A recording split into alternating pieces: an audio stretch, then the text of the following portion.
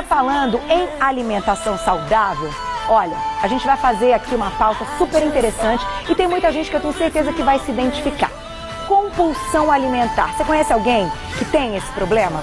Hoje, especificamente, a gente vai falar da compulsão alimentar periódica. E a gente vai entender quando ela acontece, quais são aí sinais que você pode estar passando por isso. A gente vai dar alguns exemplos, tem até umas comilanças aqui, umas gordurites. Não é verdade, menina? Dá uma olhada nas gordurites da nossa mesa de hoje, pois é. Só que são gordurites que a gente gosta. Só que a gente vai entender por que tem exatamente esses alimentos aqui e onde se encaixa esse perfil da compulsão alimentar. Então, de volta com o nosso Você Bonita. E agora a gente começa o programa com um assunto super importante, um assunto atual e de repente pode ser um problema que você esteja passando.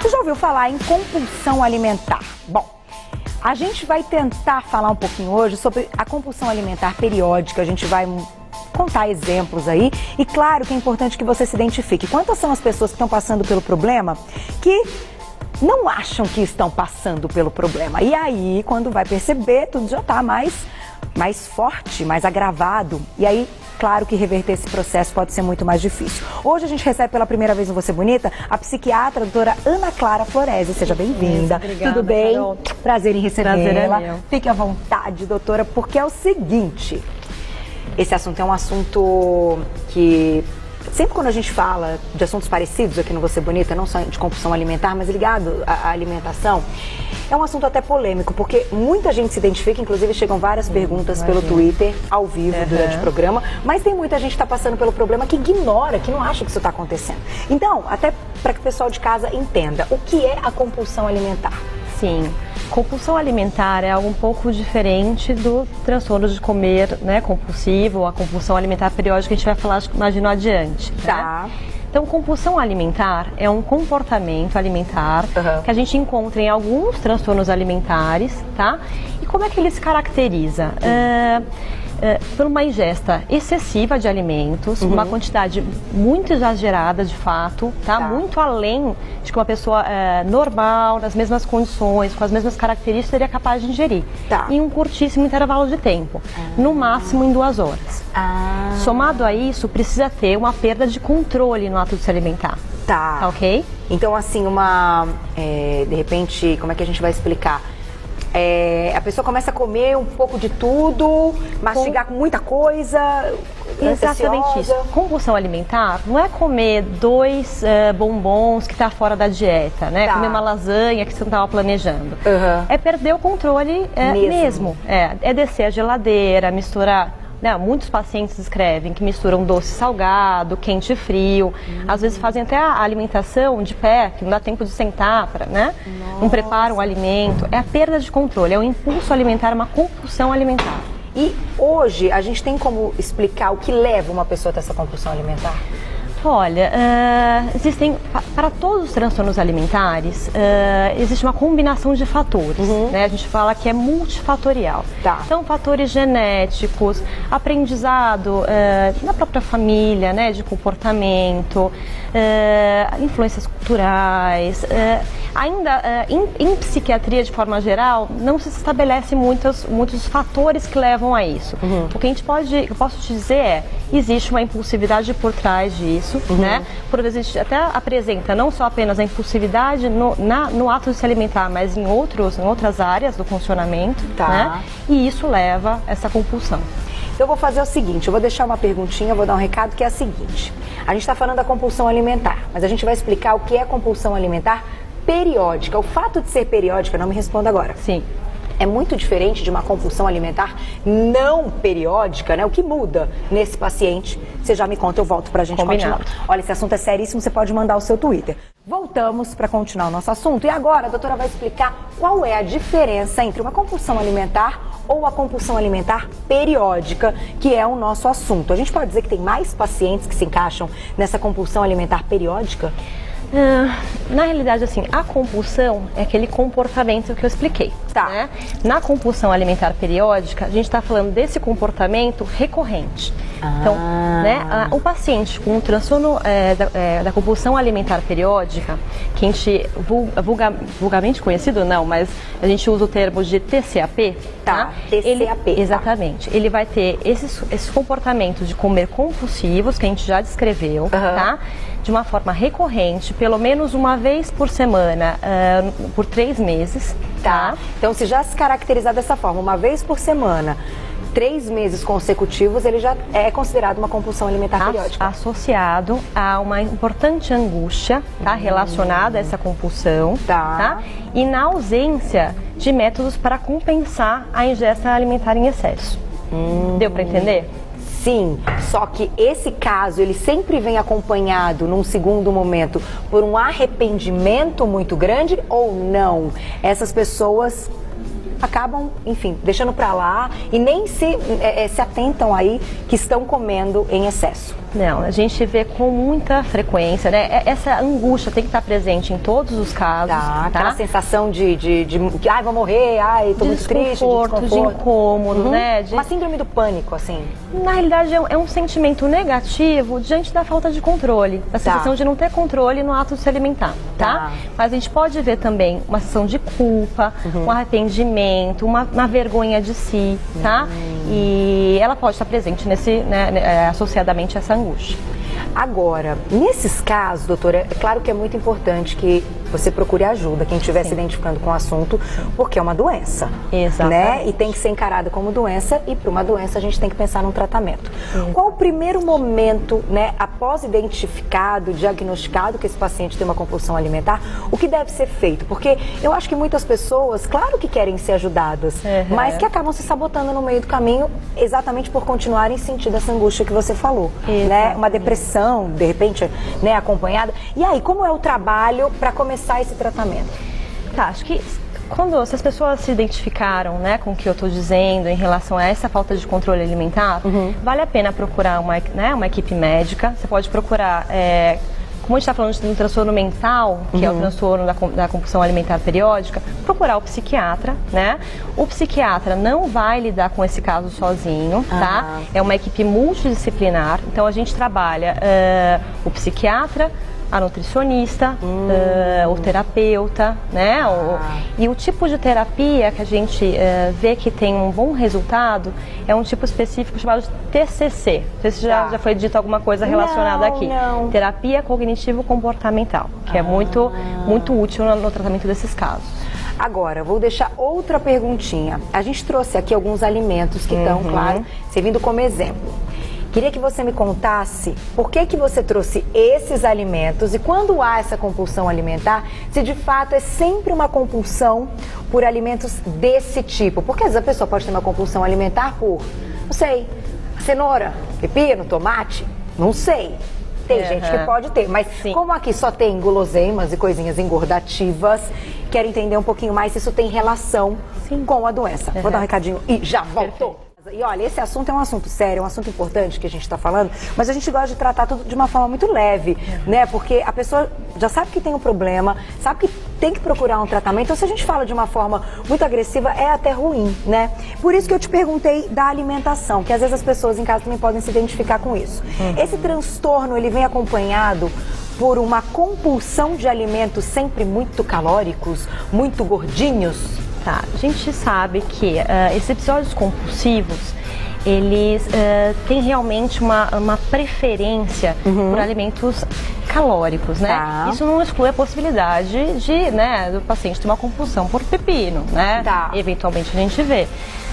Mas o que a gente percebe? Né? Esses alimentos facilmente palatáveis, né, agradáveis, facilmente deglutíveis, né, eles estão presentes com mais frequência nessa compulsão alimentar. Tipo uma lata de leite condensado. Exatamente. Já ouvi casos de pessoas que abriram a lata e comeram a lata inteira.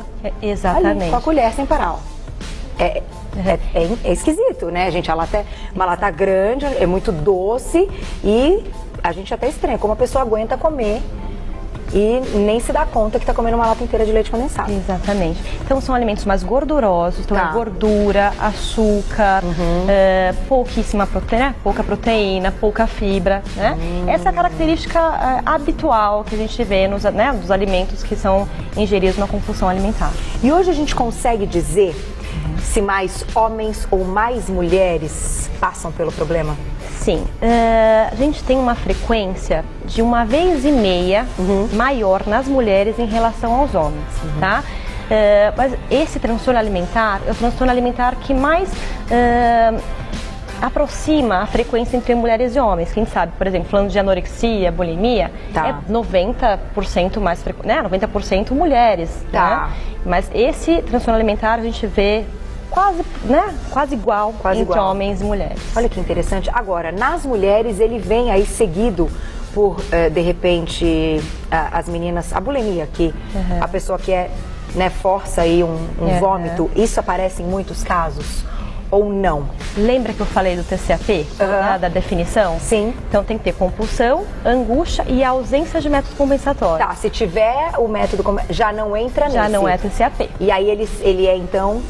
Daí a gente precisaria, a gente tem todos os critérios diagnósticos para os outros transtornos alimentares, né? E quando envolve vômitos autoprovocados, uso de alguma medicação para perder peso, a gente tenta encaixar nessas outras categorias diagnósticas, tá? Bulimia, anorexia, transtorno alimentar não especificado, algo nesse sentido. E quando a gente fala também desse grupo, tanto homens quanto mulheres, a faixa etária, o que vocês notam aí? O que tem se repetido? Muito adolescente ou não? Usualmente, o início do transtorno alimentar, né, o transtorno da compulsão alimentar periódica, assim, é realmente na adolescência, início da idade adulta, tá? Mas o que a gente vê é que o curso tende a ser crônico. Primeiro porque é um diagnóstico um pouco recente, né, ainda é pouco divulgado, né, mesmo entre os profissionais, tá? E isso torna esse diagnóstico um pouco mais tardio, né, e que pode contribuir para esse curso crônico. Então, quanto antes você procurar tratamento, né, pessoal, antes de passar se identificando, procurar um psiquiatra, melhor. Tem gente que leva, então, um problema como esse a vida toda. Por falta de diagnóstico, né? Ou por achar que é normal, acontecer uma vez só por semana eu tenho vontade de abrir a geladeira e comer tudo, então tô bem. Exatamente. Né? Fazer o seguinte, deixar outra perguntinha. Com esse quadro que a gente já explicou o que acontece, então existem vários tipos de transtornos alimentares, foi o que a gente está dizendo aqui. Hoje a gente está falando dessa compulsão periódica, que ela não vem seguida, então, por métodos compensatórios, como você falou. Carol. A tentativa do vômito e tantas outras coisas. Mas, a gente falou um pouquinho do tratamento, que você explicou que existem várias linhas e é feito por vários profissionais, não dá para ser sozinho. Eu queria que você falasse um pouco desse lado, porque como a gente está falando com a psiquiatra, gente, uma psiquiatra é médica, como é o lado quando você tem que medicar um paciente como esse? Eu acho que as pessoas em casa têm muito receio, muito adulto fala, mas eu vou ter que tomar algum remédio. Então, entender um pouquinho o que é o medicamento nesse momento, já que a gente está falando de uma doença. Excelente. Tá bom? Volto pra gente continuar. Voltamos então, e agora a gente vai falar um pouquinho de tratamento, então, para essa compulsão alimentar periódica. Em alguns casos, essa medicação, então, seria aí medicamentos, é importante, é necessária? Sim, Carol. Quando a gente consegue definir muito bem esse transtorno da compulsão alimentar periódica, a gente sabe que tem muitas medicações algumas medicações que ajudam nessa impulsividade alimentar, tá? Existem alguns antidepressivos, tem outras medicações com uma ação anti-impulsiva que contribuem bastante para a redução da compulsão, né? Da alteração de peso secundária à compulsão. Normalmente esses pacientes então chegam com uma alteração de peso. Sim. O TCAP, né? Posso usar esse termo? Pode. Então, tá bom, está familiarizado já. O TCAP, ele não é exclusivo da população obesa, não é, né? Mas ele é mais frequente. Então, a gente encontra uma frequência de 2% da população geral com TCAP, tá? 30%, então é muito maior na população obesa, e em população de obeso mórbido, para cirurgia bariátrica, 50%. Uau! Então é realmente mais frequente na população com obesidade.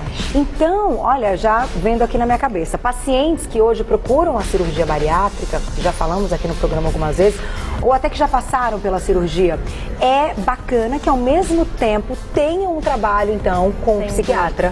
Porque não só para essa mudança, né, no peso, enfim, a gente sabe que diminui o tamanho do estômago, faz com que a pessoa não consiga comer muito, ele também tem que ter um acompanhamento para entender que aquilo era uma compulsão. Sim. A gente está falando então com uma frequência de 50%, então boa parte deles, né, dos pacientes com obesidade mórbida, podem ter essas compulsões alimentares. Tá. Nestes casos, sem dúvida nenhuma, ele se beneficiaria de medicação, né, e deveria passar por um psiquiatra, né. Primeiro porque a cirurgia bariátrica vai ajudá-lo, né, a perder peso, só que a impulsividade vai continuar. Exatamente, vai ser mantida. Então, se ele não tratar, né, ela pode, de novo, drenar para outras áreas do funcionamento do paciente. E, doutor, uma coisa interessante, esse paciente, quando ele começa a comer muito, abre a geladeira e quer comer tudo, não tem fome. Eles dizem isso, que sentem que não tem fome. É, na verdade, uma ansiedade mesmo para comer. Não dá, né? A fome ali não existe. Exatamente. É uma vontade de comer. Por vezes eles até continuam comendo sem estar fisicamente faminto, né? Tá. É porque tem essa impulsividade, né? Essa falta de controle para se alimentar. Não é necessariamente uma fome, não né? É. A fome pode gerar, mas a continuidade é às custas de impulsividade. O que você diria, porque eu acho que já que a gente citou que tem muitos casos que começam aí nessa adolescência, início da fase adulta, muitas mães devem já ter notado de repente alguma mudança de vida nos filhos. O que você diria para essas mães? O que é importante que elas prestem atenção para que possam ajudar e já encaminhar para um tratamento com o psiquiatra? Sim, a compulsão, né, como a gente definiu no começo, então aquela ingesta de grande quantidade de alimento, que não é uma coisa que tenha saído fora da dieta habitual, tá? Com a falta de controle, identificados, e isso contribuindo para um ganho de peso cada vez mais progressivo, né? Porque às vezes a pessoa faz escondido, né? Exatamente. Tem isso também, faz escondido, que é para ninguém perceber, né? Um dos critérios acessórios é justamente esse, passar a comer sozinho, por embaraço de comer em público, né? Então, se a família está percebendo que algo nesse sentido tem acontecido, que o paciente, né, que o adolescente está sofrendo, está, né, se angustiando com essas compulsões, vale a pena sim passar por uma avaliação psiquiátrica. Gente, e não só, assim, se você notou, porque às vezes a pessoa já saiu dessa fase, já está numa fase adulta, e amigos próximos também notam uma mudança no comportamento, mas todo mundo fica um pouco sem graça, né?